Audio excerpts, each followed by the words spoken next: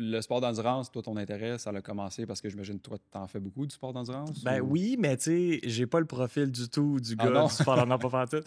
Moi, j'ai joué au foot. C'est mon OK. principal sport compétitif. Tu sais, j'étais carrière, puis fait que le sport d'endurance, tu fais ça comme pour jogger des sidelines jusqu'à ton huddle, puis c'est à peu près c'est ça. Là, tu sais. Fait que c'était pas très développé, mais à la fin de ma carrière sportive, tu prends ta retraite, tu as un petit deuil à faire sur ton identité, puis là, tu te demandes c'est quoi les prochaines étapes. Puis j'avais des amis autour de moi qui, eux, poussaient vraiment beaucoup la note du sport d'endurance, puis je me suis dit que je pourrais me joindre à eux. J'avais mon meilleur chum qui s'était dit qu'on devrait faire un Ironman, fait qu'on a juste commencé de même. Fait que là, on a bâti pas par pas là, notre progression pour se rendre à justement faire un Ironman puis un triathlon extrême, en fait. Fait que j'ai eu probablement la plupart des apprentissages que tu es en train de faire. Tu me disais, Ardon, que tu es en train de t'intéresser au sport d'endurance. Fait que quand on est des gars de gym, quand on est des gars de muscu, mettons, il y a des choses qu'on sait d'instinct, puis il y en a d'autres qu'il faut qu'on apprenne à la dure. Idéalement, pas à la dure, mais souvent, c'est comme ça que ça se passe.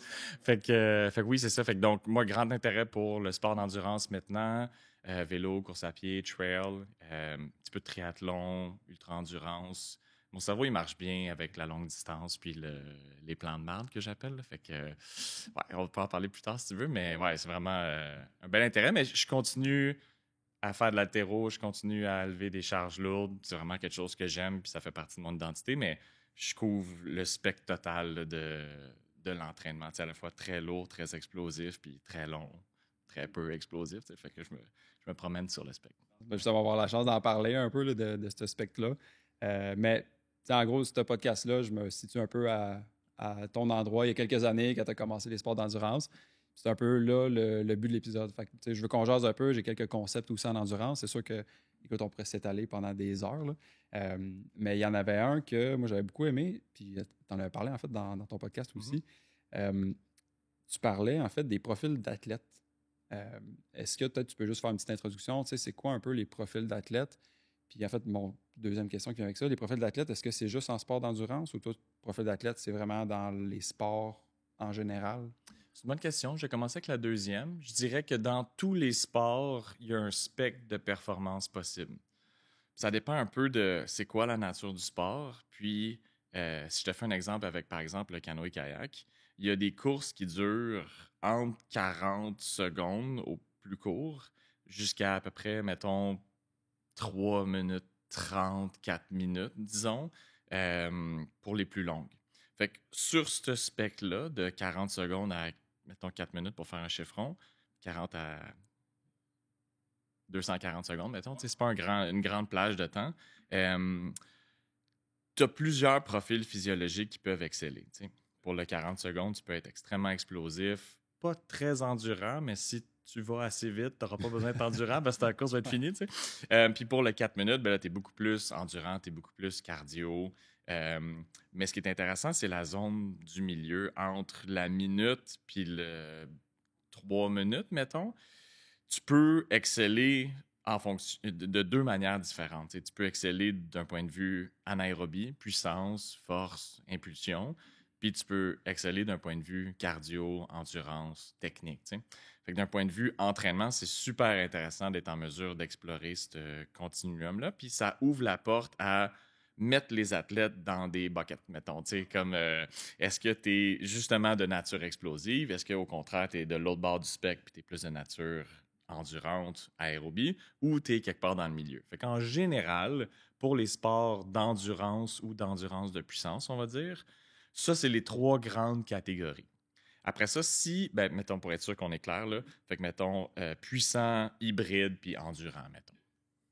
Puis après ça, plus ton sport est long, en termes de temps, puis en termes de puissance durée faible, ça veut dire que, mettons, tu fais 160 km de trail, tu ne vas pas sprinter pendant 160 km, c'est juste physiquement impossible. Et si aussi, tu fais ça, t'es vraiment c'est pas bon, stratégique, exact.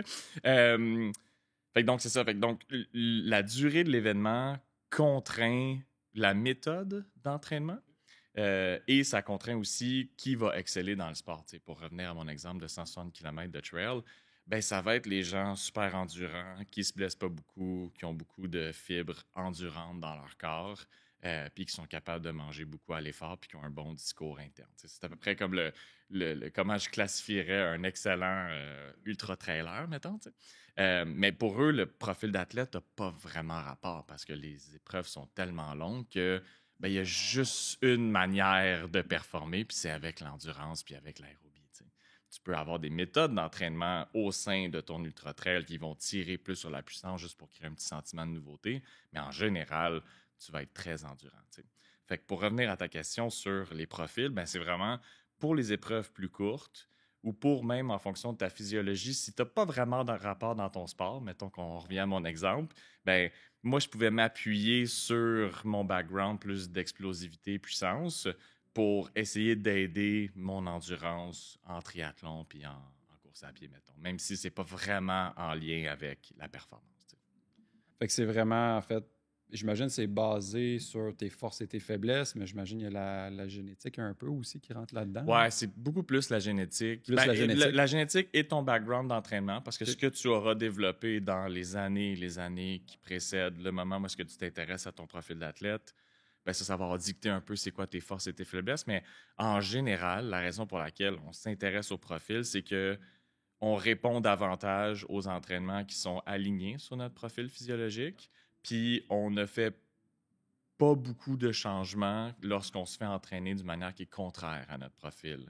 Ça ne veut pas dire que tu n'as pas de gain si tu t'entraînes contraire. Ça veut juste dire que le rythme d'amélioration est souvent un petit peu plus faible lorsque tu t'entraînes contrairement à ton profil physiologique. Okay. Je comprends.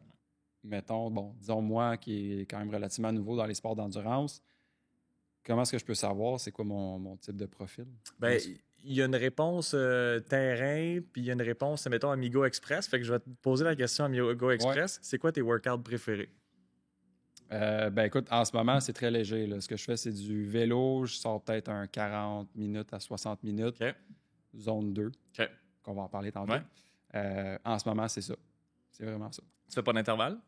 Je fais pas d'intervalle, non. Okay. Bon, généralement, lorsqu'on parle de s'entraîner en fonction de son profil d'athlète, c'est toujours lorsqu'on parle d'entraînement par intervalle, lorsqu'on parle de haute intensité.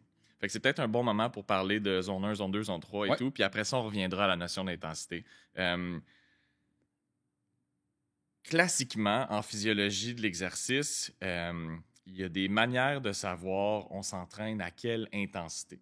Puis la raison pour laquelle ça nous intéresse, c'est qu'il y a des adaptations spécifiques et distribué à travers un spectre d'intensité. En simple, quand tu t'entraînes à basse intensité, tu vas développer une certaine forme d'adaptation.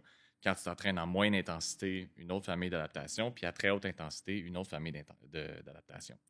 Fait que pour savoir si tu es en haute, en basse ou en moyenne intensité, on s'est intéressé à qu'est-ce qui délimite ces zones-là.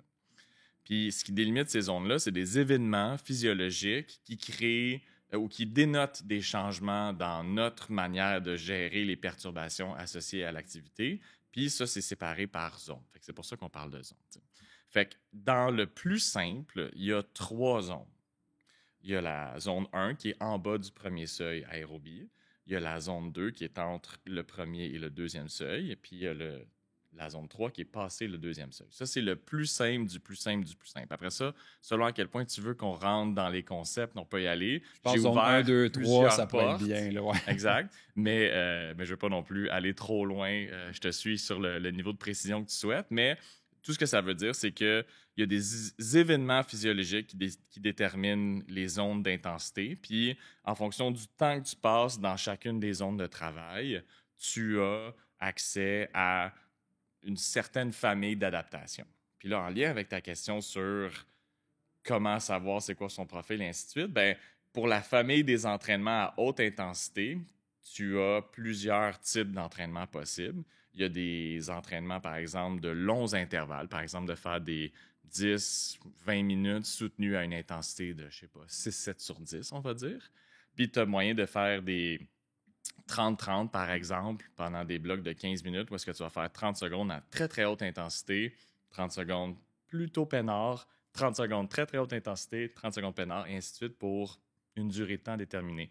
Fait que ça, c'est 2 entraînements de haute intensité, mais qui ne touchent pas les mêmes zones de travail et qui se nourrissent pas de la même chose dans ton profil d'athlète. Fait que le profil plus hybride va aimer un petit peu plus, là, ou le profil endurant va aimer un petit peu plus le 10, 15, 20 minutes à une certaine intensité, tandis que le profil plus explosif, plus puissant, il va aimer un petit peu plus l'entraînement de 30-30, par exemple. C'est pour ça que je te demandais, c'était quoi ton entraînement préféré ces temps-ci? Parce que en fonction de ta réponse, souvent, ça aurait un peu déterminé c'est quoi ton profil d'athlète en fonction de, parmi tous les entraînements que tu as expérimentés, c'était lequel ton préféré, mais je comprends que tu es au tout début de J'étais ta quête encore au à très toi. Là. début, là. Exact. Ouais, c'est ça. Ouais. C'est ça.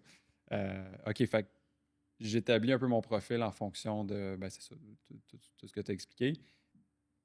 Zone 1, 2, 3, c'est-tu en fonction de ton rythme cardiaque aussi? Entre autres. Si, mettons, tu sais, je suis en train de faire mon entraînement, comment je peux savoir si je suis en zone 2 Ouais. versus zone 3? Ou... Ouais. Le rythme cardiaque, c'est une bonne méthode. Puis là, juste pour être sûr de préciser quelque chose, les 3 zones que je t'ai parlé, ça, c'est dans un modèle à 3 zones. Puis je sais qu'une des choses qui t'intéressait, c'était la zone 2, tu sais. Ouais. Mais ça, c'est la zone 2, classiquement, d'un modèle à 5 zones, mais il y a des modèles à 7 zones. Fait que ça devient vraiment confondant. Ouais, ça devient large. Exact. Fait que là, je devine un peu où est-ce que tu t'en vas avec tes questions. Fait que lorsqu'on parle d'un système à 5 zones, qui est le plus connu, le plus populaire, mettons, sur Internet, ce que, mettons, tes auditeurs ont le plus de chances d'avoir rencontré, le modèle à 3 zones, c'est vraiment pour être le plus simple possible, mais c'est pas lui qui est le plus populaire pour X raisons. Fait que c'est le modèle à 5 zones. Les deux seuils restent vrais dans le modèle à 5 zones. C'est juste que où sont les zones, ça change un peu, tu sais. Puis dans le cas de la zone 2, qui est la basse intensité ou le forever pace ou l'endurance de base ou ainsi de suite, ça se situe à la frontière du premier seuil.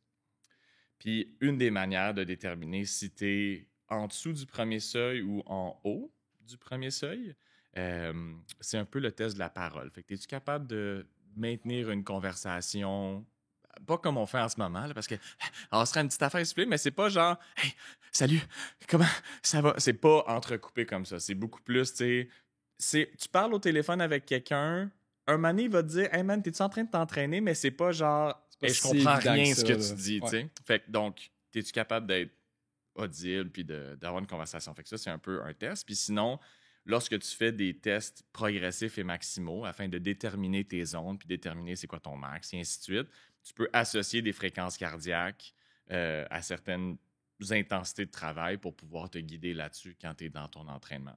Il y a moyen d'utiliser les volumes respiratoires, là, les échanges gazeux. Ça, il faut que tu ailles dans un lab la plupart du temps. Sinon, une autre chose qui est très populaire ces temps-ci, c'est les tests de lactate, où est-ce que tu n'as pas d'échange gazeux, mais tu te fies quand même sur la réponse du lactate pour faire des inférences sur qu'est-ce qui se passe dans ton corps en termes de physiologie. Je comprends mieux. C'est quand même très large, là, tous les sujets. Là. Je sais Quand que j'ai beaucoup de sujets qui s'entrecroisent, Mais ça qui me fait peuvent être plaisir. très larges aussi. Là. Ce qui m'importe, par contre, c'est d'avoir les bases claires sur les concepts de pourquoi on en parle, pourquoi ça nous intéresse. Puis peut-être pour être sûr que tout le monde comprenne, la raison pour laquelle on s'intéresse au seuil, c'est pour plusieurs raisons. Je t'ai mentionné que en fonction de l'intensité à laquelle tu travailles, il y a certaines cascades d'adaptation qui se produisent qui sont parfois spécifiques à l'intensité à laquelle tu t'entraînes. Mais il y a aussi pour prévenir le surentraînement. Tu sais, si tu t'entraînes toujours un peu le plus fort que tu peux selon la durée, mettons que tes 40 minutes que tu disais à vélo, là, tu faisais la meilleure vitesse moyenne tout le temps, ben là, tu serais toujours un peu quelque part dans la moyenne haute intensité, puis c'est pas une structure d'entraînement très durable si tu as des grands volumes d'entraînement. Si tu fais 2 rides de bike par semaine à 40 minutes, puis tu y vas à fond Léon, c'est pas grave. T'sais. Mais quand on cherche à augmenter notre volume d'entraînement, parce que c'est une des stratégies pour bien performer en sport d'endurance, ben là, il faut que tu commences à réfléchir à comment tu distribues ton intensité. Et la théorie classique de l'entraînement veut que le temps passé à basse intensité, sous le premier seuil, sous le moment où est-ce que tu n'es plus capable de vraiment tenir une conversation, bien, ça devrait représenter la très grande majorité du travail que tu fais.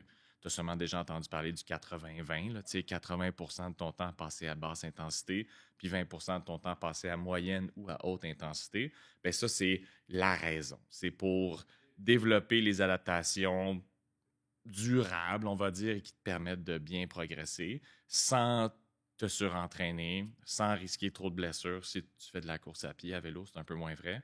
Mais bref, il y a plein de raisons, mais ça, c'est les raisons principales pourquoi on délimite les zones d'entraînement. OK. Fait que la grande raison, c'est ça. C'est vraiment juste pour avoir un équilibre au final. C'est Comme tu ça. as dit, éviter les blessures. Moi, je pensais que c'était peut-être un peu une raison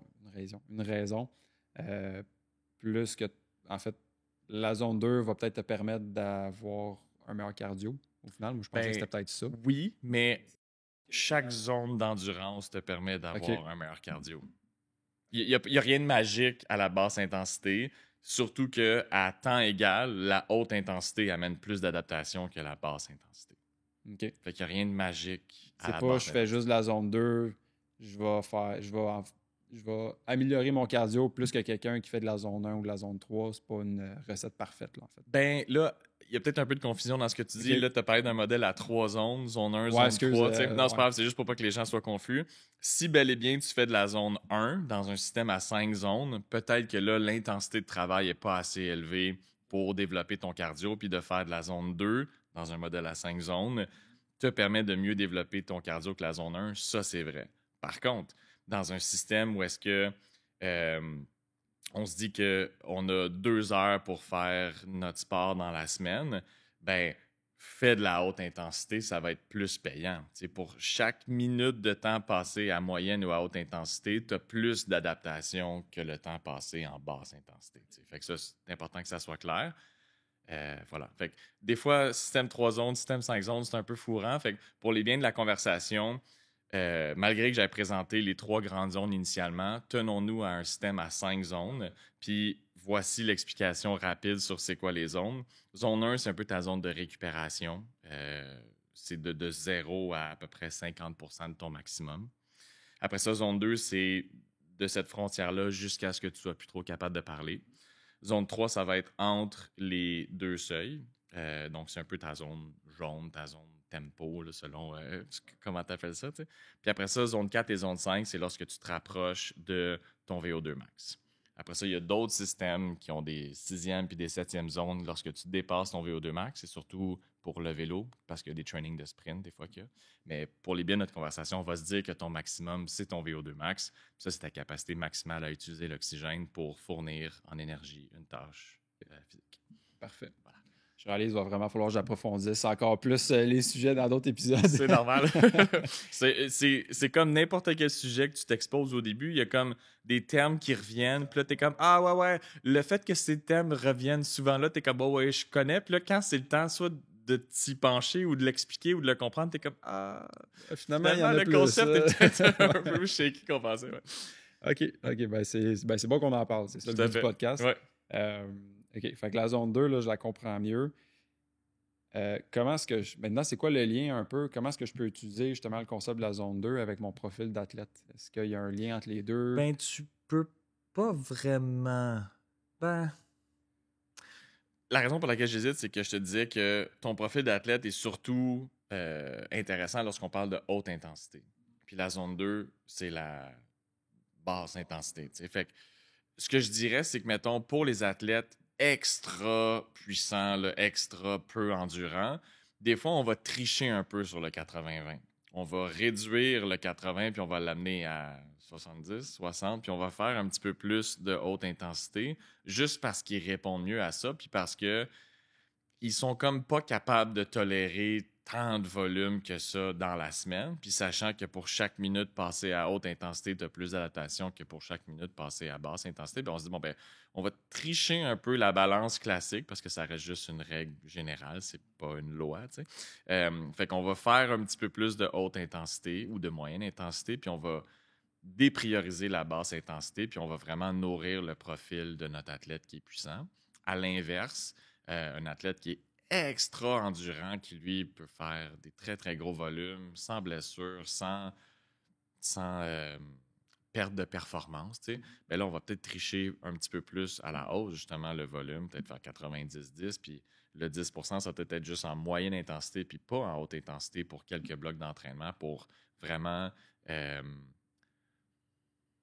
le dire en anglais, mais mettons, maximiser leur profil de performance.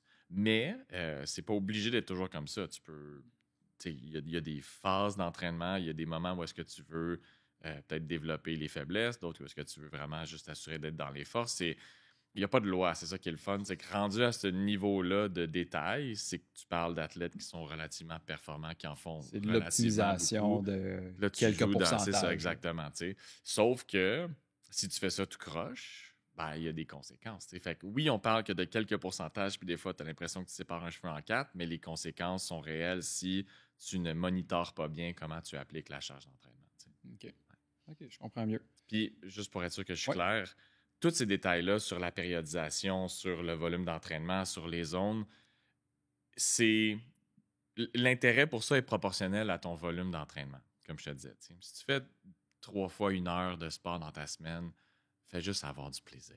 Puis comme ça va bien aller. Mais après ça, plus tu en fais, plus c'est important pour toi la performance. Quand tu arrives à dépasser 10, 15 heures par semaine de sport, là, c'est le temps de commencer à y réfléchir parce que avec ces volumes-là, tu peux créer des conséquences qui sont peut-être un peu néfastes, soit parce que tu ne vas pas t'améliorer autant que tu pourrais, ou parce que tu vas en faire trop, tu vas progresser trop rapidement ta charge d'entraînement, ou à quel point tu fais de l'intensité dans la semaine, tu ne seras pas capable de récupérer, puis là, ça va juste comme crash, tu sais. Fait que donc, c'est vraiment le niveau de sérieux que tu dois avoir dans la planification de ton entraînement est proportionnel à ton volume d'entraînement en général. Je comprends. OK. Ben, c'est ça, je voulais clore la boucle un peu sur la zone 2, puis je voulais comprendre un peu à partir de quel seuil est-ce que je devrais m'y attarder, là, plus spécifiquement. Si je fais 1 à 2, peut-être 3 sorties de l'eau par semaine, c'est pas nécessairement quelque chose que je suis obligé de Pas regarder particulièrement. Puis tu nécessairement. sais, tu vas t'améliorer en faisant juste la zone 2 pendant un temps si tu n'as jamais fait de sport d'endurance. Tu sais. Puis il y a même des études qui ont été faites sur des vieillards, là, des gens de 90 ans et plus, puis tu t'améliores encore quand tu en fais un petit peu plus que ce que tu fais en ce moment, même si c'est de la basse intensité. Fait que,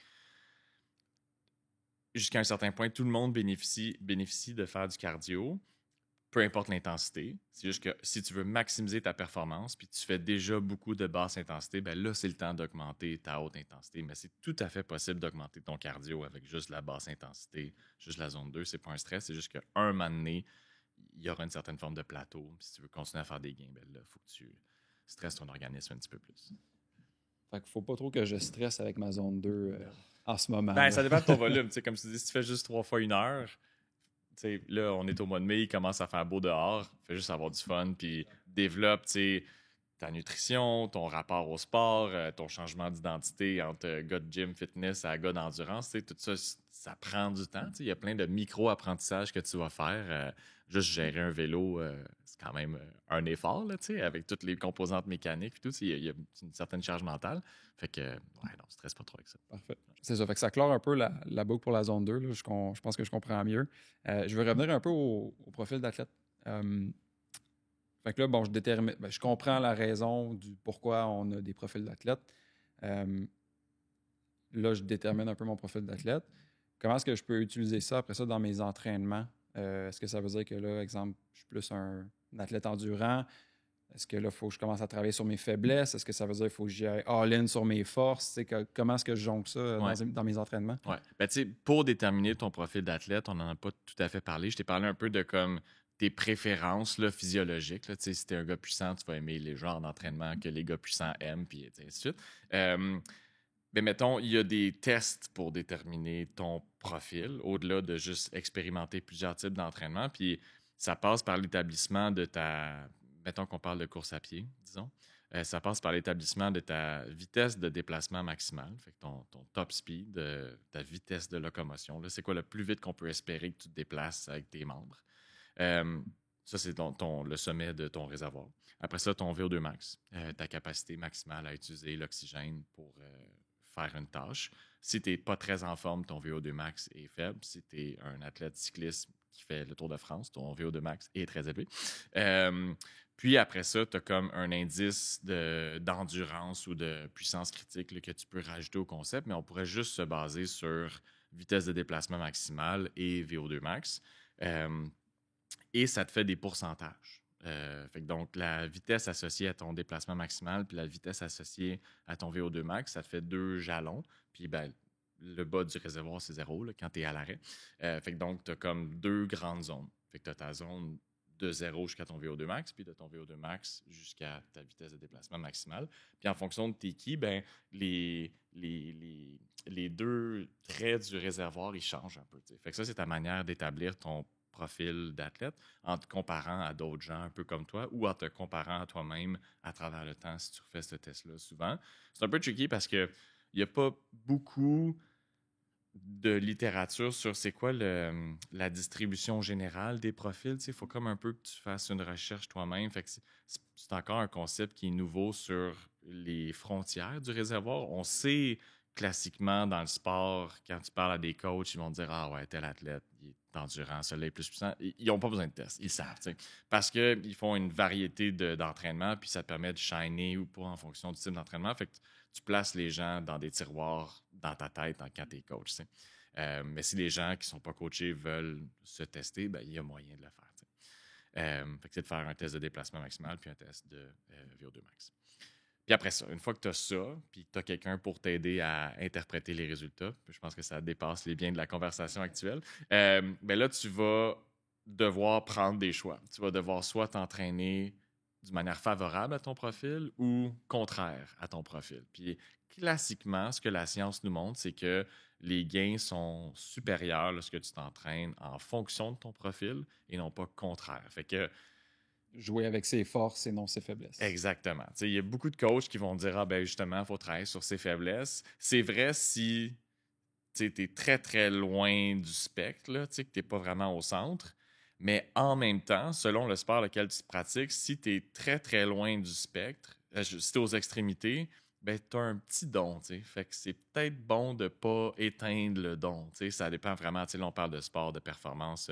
On parle pas juste de, mettons, marathon. Là, parce que si tu es bon marathon, c'est sûr que tu es endurant et tu n'es pas très puissant. Puis, c'est plus pour les sports là, de courte durée, un peu plus hybride que je te parlais. Dès que le sport dépasse 4-6 minutes, là, la notion de profil est importante, mais c'est plus comme comment tu vas périodiser ta haute intensité, mais au fond, tu vas juste faire plein de volume, puis tu vas faire plein d'endurance. C'est plus pour les épreuves plus courtes. Puis ça dépend à voir là, à quel point tu veux qu'on aille là-dedans. Parce que je ne sais pas à quel point ton auditoire s'intéresse à ce genre d'épreuves-là très, très courtes. La plupart des gens, ils font surtout du plutôt long. T'sais. Fait que si on s'intéresse à cette composante-là du plutôt long, ben on sait qu'il faut faire beaucoup de volume parce que c'est comme ça qu'on s'améliore généralement dans le sport d'endurance. En tout cas, qu'on s'améliore longitudinalement là, sur plusieurs années. Puis après ça, comment tu gères ta haute intensité, le restant de ton 80-20, ton petit 20% restant, comment tu le gères? Bien là, tu peux te dire qu'en fonction de ton profil d'endurance, si tu es très peu endurant ou si tu es très endurant, bien, tu vas peut-être gérer ça différemment. Fait qu'à savoir, si tu es très peu endurant, tu vas peut-être faire plus des trucs puissants, 30-30, 1 minute all-out avec 8 minutes de récupération. Mettons, il y a plein de types d'entraînement différents. Puis si tu es quelque part dans le milieu, tu vas peut-être faire plus de l'entraînement de moyenne intensité, des blocs de 5, 10, 20, 30 minutes à certaines intensités avant de prendre une récupération. OK. Ouais. Tu réponds à ta question? Oui, ça répond à ma question. Oui, non, non. Si je vais t'égarer. Encore, c'est ça, je vois qu'il y a beaucoup de concepts à regarder. Là. Disons, dans mon scénario, je commence à m'entraîner pour un triathlon. C'est des sports de plus de 4 minutes, là, on s'entend. Fait que c'est très, très, très endurant. Ouais. Disons que moi, j'ai plus le profil de puissance, que j'ai moins le profil d'endurance. Ouais. Qu'est-ce que tu me conseillerais comme entraînement pour peut-être améliorer mon endurance? T'sais, comment est-ce que je devrais périodiser un peu mes entraînements? Ouais. Qu'est-ce que je devrais faire? Oui. Ben, je pense que la première étape, d'un point de vue apprentissage, gestion des risques de blessures et progression sécuritaire, c'est juste de faire de la basse intensité, si tu commences. Je connais pas beaucoup de coachs qui, genre, quelqu'un qui a jamais couru, deuxième séance, on fait des repeats là, de 30 secondes, et personne ne fait ça. T'sais. Pour une raison, c'est que les structures de ton corps, ton système énergétique n'est pas développé, puis le risque de blessure, le risque d'intensité, puis le risque de fatigue puis de récupération vaut pas la peine par rapport à ce que la basse intensité t'amène comme bénéfice. Fait que je dirais, pour tout le monde là, qui commence, qui n'a jamais fait quelque chose, je ne ferais que faire de la basse intensité pendant un temps, puis je ne ferais qu'augmenter le volume que tu attribues aux 3 sports du triathlon, jusqu'à temps que tu ne puisses pas t'entraîner davantage en temps, puis que tu sentes que tu es en équilibre énergétique. Fait que ce que je veux dire par là, c'est que si, mettons, tu fais une nage, une course, un vélo dans ta semaine, fais juste de la basse intensité, puis fais tes workouts, puis là, ça va bien aller. Puis si tu es capable d'augmenter ton volume à 2 nages, 2 courses, 2 vélos, ben continue, et ainsi de suite. Puis lorsque tu arrives à comme, avec tes contraintes de vie, avec tes projets, avec blonde, famille, amis, peu importe, puis que tu es saturé, tu ne peux pas t'entraîner plus, ben là, commence à introduire de la haute intensité. Je pense que c'est la manière la plus sécuritaire, la plus progressive, la plus durable, parce que tu vas quand même faire des gains en faisant de la basse intensité et en augmentant ton volume progressivement. Puis après ça, une fois que tu as max out ton volume sur ce que tu peux donner week in, week out, ben là, tu commences à ajouter un petit peu d'intensité. Puis là, peut-être que tu nourris ton profil plus puissant avec des entraînements qui sont un petit peu plus très haute intensité, très courte durée, récupération partielle ou complète selon tes préférences, puis tu enchaînes ça. Réponse macro, tu sais. Puis, mais en général, ce qui compte, c'est les grands principes de l'entraînement. Spécificité, tu veux t'entraîner en fonction de ce que tu cherches à développer. Surcharge progressive, tu en fais un petit peu plus d'une fois à l'autre, d'une quelconque manière, tu sais. Puis après ça, ben, gestion du volume, de l'intensité, ça, c'est la base de l'entraînement. Mais si tu fais ça puis tu augmentes ton volume progressivement, tu vas faire des gains longtemps. Là. Plus tu pars de loin, plus tu vas faire des gains longtemps. C'est ça. C'est comme quand tu commences au gym. Ah ouais, tes charges, là, pendant un mois, tu le premier mois, à tous tes workouts. Oh, ouais. Exactement. Mais c'est un peu comme ça en endurance aussi. OK. Ouais. Ah, ben c'est bon, c'est intéressant. Ouais. Je veux revenir un peu sur les 3 principes que tu viens de me dire, le volume et tout ça. Ouais. Peux-tu élargir un peu? Oui, certainement. Dans le fond, mettons, quand tu es année 1 en kinésiologie, tu apprends des concepts d'entraînement de base, puis le corps humain, c'est une machine paresseuse. Tu dois le convaincre de créer des changements. Sinon, il est très content avec le statu quo. C'est la machine la plus paresseuse parce que chaque kilojoule qu'il dépense pour créer des changements métaboliques, ben, ça lui en coûte, puis ça menace la survie de l'organisme d'un point de vue évolutif. T'sais. Fait qu'il n'est pas motivé au changement. Donc, le stress que tu appliques avec le sport le convainc de changer petit à petit. Parce qu'il perçoit ça comme un stress, puis il est comme ça m'a coûté cher récupérer de ce workout-là. Je vais m'assurer que la prochaine fois, ça me coûte un petit peu moins cher parce que je veux pas avoir à aller dans ce processus de guérison-là incroyable. Puis pense à tes premiers workouts. T'as jamais été raqué de même de ta vie. C'est les pires. Puis tu refais les workouts d'une fois à l'autre, puis ça devient de moins en moins pire. Puis il y a un nom pour ça. Puis il y a un concept. Puis ça, c'est le fait que tu t'améliores d'une fois à l'autre et que le corps est surtout surpris par la première fois, on va dire. Et donc, tout ça pour dire que le corps est une machine paresseuse. Puis c'est le stress progressif, chronique et récurrent que tu appliques sur ton organisme qui crée le changement. Fait que tu te souviens quand je te parlais de la zone 1 qui était la zone de récupération, la raison pour laquelle il n'y a pas beaucoup de gains associés à cette zone-là, c'est qu'il n'y a pas beaucoup de stress pour l'organisme.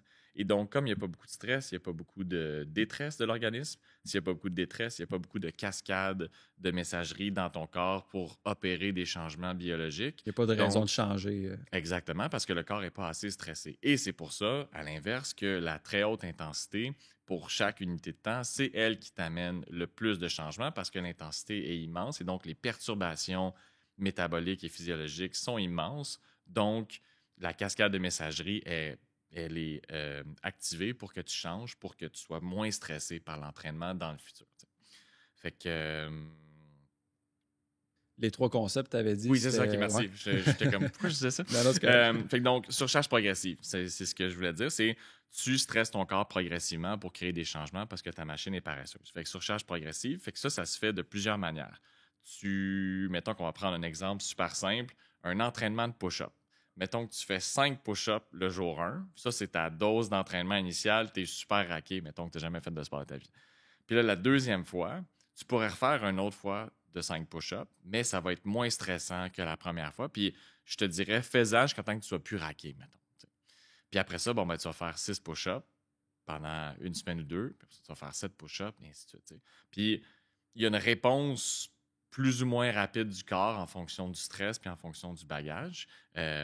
Et la raison pour laquelle c'est important de progresser puis de stresser suffisamment ton corps, c'est que si, mettons, aujourd'hui, je te disais, ton entraînement, c'est juste 7 push-ups, tu vas faire comme, ben, j'ai rien senti, puis comme, j'ai pas de gain, tu sais. Fait que c'est là qu'il faut comprendre que pour progresser, il faut que le stress de l'entraînement soit adapté à ton niveau actuel, puis qu'il s'appuie sur toutes les choses que tu as faites au préalable. Fait que ça, c'est le gros de la surcharge progressive. Puis il y a plusieurs manières de le faire. Là, ce que je t'ai fait comme exemple avec le push-up, de faire 5, 6 et 7 push-ups, c'est juste une augmentation du volume. Mais il y aurait plein de manières de le faire. On pourrait avoir une augmentation de la fréquence. Plutôt que de faire 3 entraînements de 5 push-ups par semaine, ben, tu vas en faire 5. Fait que tu as augmenté ta fréquence d'entraînement hebdomadaire. Puis tu pourrais aussi avoir 2 par jour, par exemple. T'sais, cette fréquence-là, ça s'augmente à ce niveau-là. Tu as la durée, qui est souvent reliée au volume. Dans ce cas-ci, c'est des reps. Là, la durée, c'est du temps. Fait que c'est peut-être pas un bon exemple. On va faire comme si je n'avais rien dit. Il y a l'intensité, où est-ce que, par exemple, tes push-ups, plutôt que de les faire lents et contrôlés, tu pourrais les faire, mettons, très dynamiques. Il va y avoir une demande musculaire qui est plus grande pour chacun de tes 5 push-ups et donc l'intensité est plus élevée. Donc, tu as plusieurs petits leviers que tu peux jouer sur l'application de ton stress d'entraînement. Puis en fonction de la spécificité de ton stress d'entraînement, ben, tu vas avoir des changements qui sont spécifiques à ton stress. Fait que ça, c'est une autre des grandes composantes, la spécificité. Si, mettons, tu veux être bon en triathlon, ben, c'est pas en faisant plus de bench press que tu vas t'améliorer en triathlon. Spécificité. Fait que c'est surcharge progressive, spécificité, puis je pense distribution du stress d'entraînement. Fais-tu plus de basse intensité, haute intensité? Ça, c'était une autre manière de jouer avec le volume, mais c'est une considération en soi dans le sport d'endurance, comment tu distribues ta haute intensité puis ton volume. C'est plus juste de parler du volume, c'est quoi la proportion de ton temps, comment tu distribues sur l'intensité. Fait que volume et intensité marchent un peu main dans la main en sport d'endurance sur l'application du stress. C'est les 2 leviers principaux, mais tu as une panoplie d'autres manières. Tu sais, tu peux avoir un stress qui est thermique. Est-ce que tu t'entraînes dans le pic de chaleur pendant l'été, par exemple, ou tu t'entraînes aux extrémités de la journée quand c'est plus frais? C'est la même dose d'entraînement, mais c'est pas la même charge interne. Tu sais, fait que la spécificité, le volume, la durée ont toutes des perspectives uniques, mais ils s'imbriquent lorsque tu considères d'autres détails environnementaux, par exemple. Je comprends mieux. J'en apprends beaucoup, là. C'est mon Il y a objectif. beaucoup de concepts, là. C'est mon objectif. Tu me dis si c'est trop, là. Non, Mais non, écoute, en général, mon but, c'est de créer une base pour la conversation, puis tu l'amènes où tu veux en fonction de tes exactement. En ce intérêts. moment, c'est parfait. Tu sais, je pense que je rappelle un peu l'idée du podcast, c'est d'avoir une base un peu sur les concepts. Clairement, je vais approfondir le sujet, les différents concepts dans les autres épisodes. On reparle beaucoup du gym, de la musculation. Ouais. La place de la musculation dans les sports d'endurance, Ouais. elle est où? Est-ce que c'est important? Est-ce que je mets moins de focus un peu là-dessus? Je suis un peu déchiré par ça. Ben, je vais te donner la réponse scientifique, là, puis après ça, je vais donner de ce que j'observe, mettons, avec la très, très haute performance. Pour tout le monde, les recommandations gouvernementales, c'est de faire au moins 2 séances de musculation par semaine. C'est les grandes recommandations. Fait que tu sois actif ou pas, tu devrais idéalement faire au moins 2 séances. Après ça, pour soutenir le sport d'endurance, c'est très, très clair et c'est très, très bien démontré que la musculation soutient le sport d'endurance. À la fois, te rend plus explosif dans les actions clés, par exemple, d'une course. Mettons que tu fais du vélo, ben sprinter pour la ligne de la fin. Ou mettons en natation, quand tu t'entraînes en piscine, te repousser du mur. Si tu es plus puissant, tu es plus fort, ce push-off-là se fait mieux. L'impulsion est plus efficace dans la piscine, ton temps de contact à la course à pied est plus court. Tout est amélioré par la musculation. Fait que j'ai eu l'air de douter que comme la muscu, c'est important ou pas, c'est ma job. Non, c'est juste qu'il y a tellement de considérations que j'ai en tête, puis les considérations que j'avais, c'était pour le très, très, très, très, très, très, très, très haut niveau, pour le sport de très, très longue endurance. Les cyclistes pro, mettons, je suis comme, oui, je pense que c'est bien qu'ils en fassent mais c'est de la muscu de basse intensité. C'est un peu prévention de blessures. Leur sport est tellement loin du spectre de l'endurance. Puis que quand tu penses même aux changements qui s'opèrent physiologiquement, ben parfois ça t'éloigne légèrement de ton objectif d'endurance parce que tes fibres grossissent très légèrement. Fait que l'échange avec le sang se fait une petite affaire moins bien. Fait que là, t'es un petit peu moins endurant. T'sais. Mais ça, c'est des considérations là, pour le 1% là, du 1%. Là, c'est les freaks of nature que je pense dans ma tête là pour 99,9% de la population, je leur recommande de faire de la muscu, je leur recommande d'augmenter leur force musculaire. Il y a des raisons de performance sportive, évidemment, mais avant tout, il y a des questions posturales, de santé, prévention des chutes, prévention de certaines maladies, augmentation de la longévité. Avec le VO2 max, la force musculaire, c'est dans les 2 grands prédicteurs de longévité. Fait que, Ah ouais, le VO2 max, VO2 c'est un max et prédicteur. force musculaire, c'est Ok. les 2 plus grands. Là. Ok. Ben, force Ouais. musculaire, ça, j'étais Ouais. au courant, mais Ouais. VO2 max, ça, je En fait, savais pas. classiquement, dans la science de la longévité, le VO2 max est plus reconnu comme un prédicteur ouais. de longévité que la force musculaire. C'est peut-être dans les, je sais pas, 10-20 dernières années que les preuves sont faites d'un point de vue de la musculation via, par exemple, l'évaluation de la force de préhension pour les liens avec le vieillissement. Puis il y a une synergie entre haut VO2 max et haute force musculaire dans la longévité et la prévention de all-cause mortality. Là, toutes les raisons de mourir, c'est dans des 2 meilleurs protecteurs. Okay. Ah, ben, c'est intéressant, le VO2 max, je n'étais pas au courant. Ouais. Fait que, mettons, on prend ma situation. Moi, je commence à m'entraîner pour un triathlon. Je sais que c'est spécifique à tout le monde, là, mais en règle générale, la musculation, est-ce que tu conseilles 1 journée, 2 journées, 3 journées semaine? Est-ce que je fais moitié-moitié endurance, musculation, ou est-ce que je me concentre plus sur l'endurance que la musculation? Ouais. Comment tu jongles avec ça? Souviens-toi, les grands principes que je t'ai parlé tantôt, un de ces principes-là, c'est spécificité. Fait que si ton objectif, c'est de développer maximalement le triathlon, bien, techniquement, tu pourrais t'asseoir sur ton bagage de force et de fitness que tu as gagné dans la muscu dans les dernières années, parce que c'est pas ça ta plus grande faille en ce moment, physiologique. Tu es probablement plus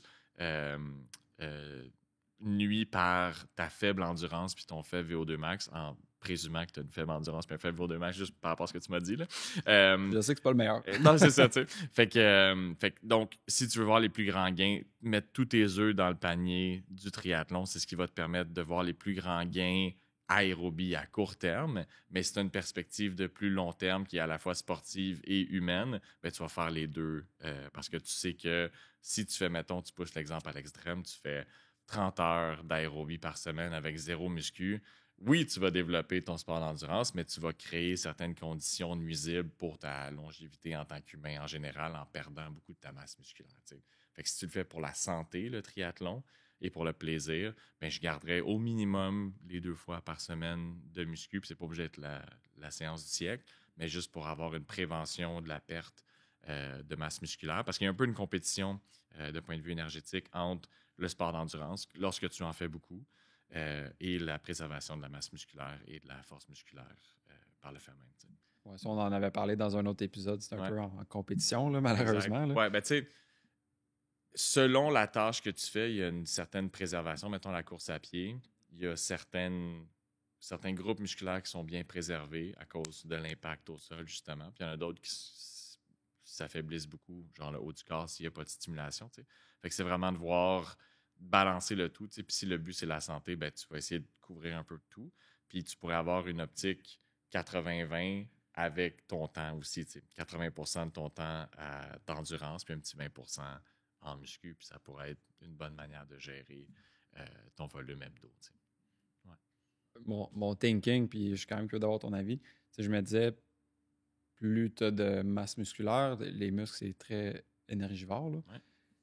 Est-ce que ça peut avoir trop de muscles pour quelqu'un qui fait des sports d'endurance? Est-ce que ça peut un peu nuire à ton endurance parce que toute l'énergie est comme redistribuée plus à tes muscles? C'est pas tant une question d'énergie, c'est plus une question de masse puis de coût physique. Là, mettons, là, pense sciences physiques sur l'R4.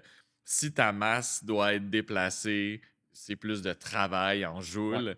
Donc, mettons, pour une même tâche, quelqu'un qui est 100 kg versus quelqu'un qui est 50 kg, bien, la personne de 100 kg brûle plus de joules à faire un déplacement égal, d'un point de vue physique. Mais c'est pas toutes les tâches qui sont égales là-dessus. Par exemple, que tu fais du vélo sur le plat, entre être 50 kg ou 100 kg, il y a une petite différence, mais elle n'est pas si grande que ça. Lorsque tu te mets à combattre la gravité, là, c'est un petit peu moins vrai. Et donc, ça dépend juste de la tâche. Puis, tu sais, le fait que les muscles sont énergivores, il ne faut pas confondre le fait que les muscles t'aident à tant d'égards et que c'est seulement à l'effort que les muscles sont énergivores. Tu sais, au repos, c'est pas un tissu qui est très, très coûteux, plus que d'autres, là, mais genre, c'est pas très coûteux quand tu es au repos par rapport à, mettons, ton cerveau, tes reins, ton cœur. Si tu es au repos, eux, ils drivent vraiment beaucoup de ta dépense calorique, puis c'est proportionnellement réduit quand tu augmentes ton intensité de travail puis tu passes du repos à l'activité physique. T'sais. Fait que je verrais pas les muscles comme un facteur nuisible d'un point de vue énergétique. Je le verrais beaucoup plus de ralentissement de ton déplacement dans certaines tâches très spécifiques qui nuit un peu potentiellement à ta performance. Mais pour que ta masse musculaire soit nuisible à ta performance, il faut vraiment que tu sois huge. C'est comme, entre genre, je fais pas trop de muscu puis j'en fais juste un peu, c'est pas ça la différence. Là. C'est comme le Chico national versus genre Arnold.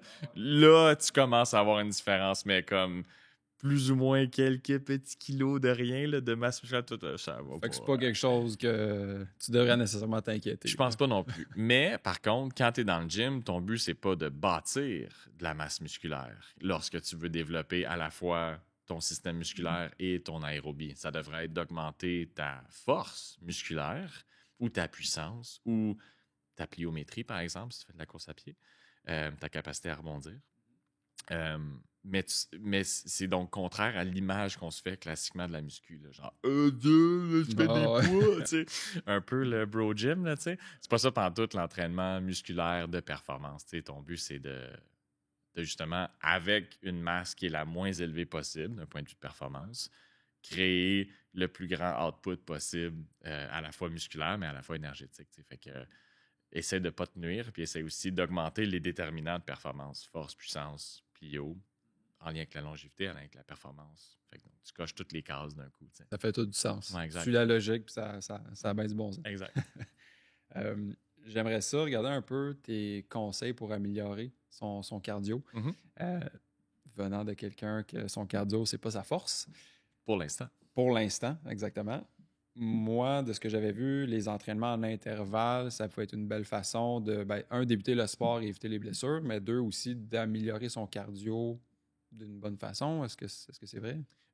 Oui, c'est vrai, dans le sens, tout ce que tu fais qui est plus stressant que le repos va créer des changements d'un point de vue technique. Après ça, on avait dit tantôt que d'augmenter ton volume de basse intensité, c'est la première étape dans ma tête, tu sais.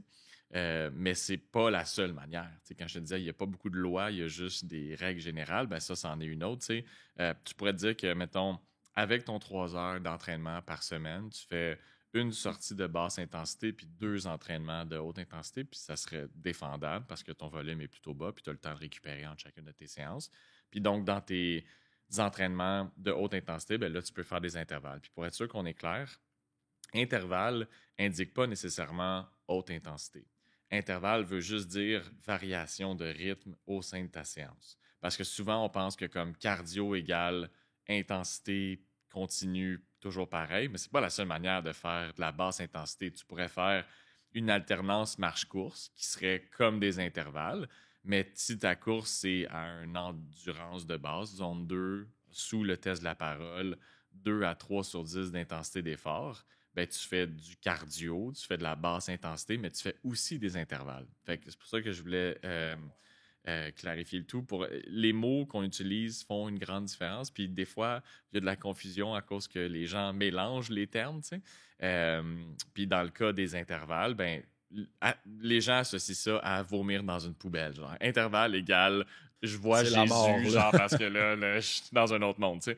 C'est pas ça. T'sais. Ça veut juste dire fluctuation de rythme. Et donc, tu peux utiliser ça pour la basse, la moyenne, la haute intensité. Tout dépend. T'sais. Fait que je sais pas si tu veux préciser ta question ou si tu avais des types d'entraînement en tête que tu voulais qu'on réfléchisse, mais règle générale, je te dirais oui, bien sûr, les intervalles, ça fonctionne. Ça dépend juste comment tu les gères. Puis c'est là où est-ce que il y a le petit top de l'iceberg de comment les intervalles, c'est une bonne idée. Puis là, tu regardes comment on fait des intervalles. Tu regardes toute la base de l'iceberg. Tu sais, puis il y en a beaucoup à dire là-dessus aussi. Là. OK. Ouais. Ben, c'est ça. En fait, ma question, c'était beaucoup les intervalles, de ce que je comprends, c'est bon pour tout le monde, que tu sois débutant, intermédiaire, expert. Ouais. C'est beaucoup, tu sais, quelqu'un qui commence la course à pied ou le vélo. Y a-tu des façons de s'entraîner, y a d'autres techniques que les intervalles, mettons, que je peux utiliser? Je pense que j'avais déjà entendu aussi, si tu fais des entraînements à haute intensité, mais de courte durée, ça peut aider ton VO2 max. Oui.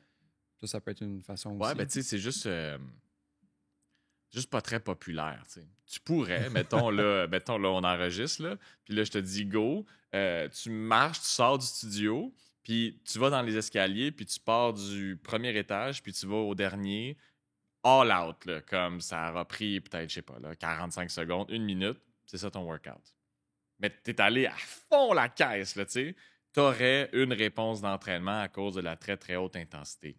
C'est juste que, ben, c'est beaucoup de logistique pour juste 1 minute d'effort. Tu sais, tu vas juste faire « Ah, ma journée est finie. » Tu sais. Là, généralement, on se dit mais on va en enchaîner pour avoir une plus grande dose d'entraînement. Tu sais. Mais en général, il y a une relation inverse entre l'intensité et le temps que tu peux faire l'activité. Plus c'est intense, moins tu peux le faire longtemps.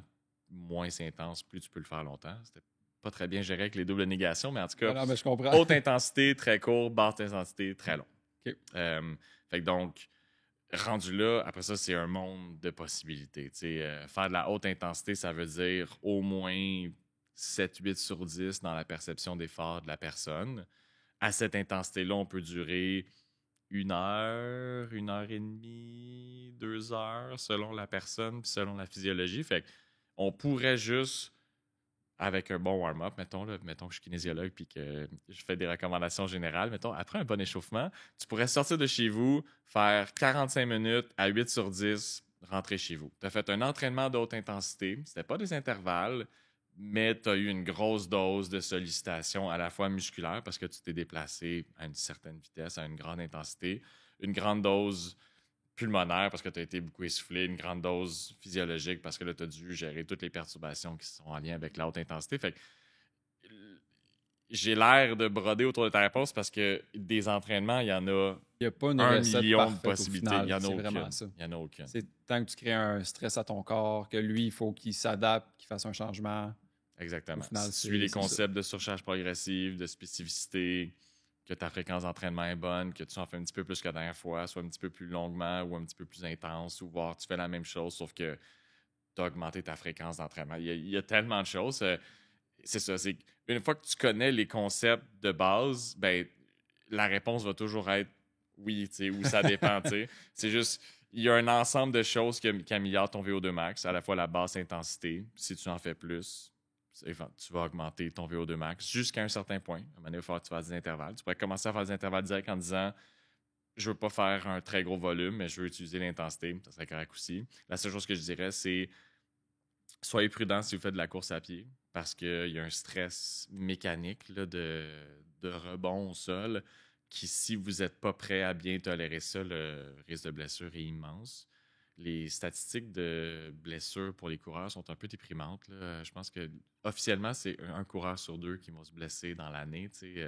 Des nouveaux coureurs ou juste coureurs? Coureurs. Point. OK. Ouais. C'est pas très super reluisant, bon, hein? là, c'est ça. Non. Fait que ce qui me fait dire que comme progression est souvent trop rapide, on sous-estime le risque, on se dit ça va passer. On a tendance à être, je sais pas, là, un peu négligent dans notre gestion du volume de la course à pied. Bien que ce soit une activité qui est un petit peu plus à risque, si elle est mal faite, elle peut être très enrichissante et très santé si elle est faite correctement. Fait que donc, quelqu'un qui fait du vélo, quelqu'un qui fait de la nage, pourrait commencer à avoir des intervalles dès le jour 1 parce que mécaniquement, c'est pas tant plus dur de faire de la haute versus de la basse intensité. La course à pied, il y a un petit peu plus de nuances là-dessus. La progression demande d'être beaucoup plus prudente, progressive et conservatrice, on va dire, que tous les autres sports. T'sais. Fait que toutes mes réponses que je te donne là sont vraies pour la plupart des sports. La seule activité qui a un petit astérix, c'est la course à pied qui, elle, j'en ferais pas beaucoup d'intensité au début. Je ferai attention à comment je me sens.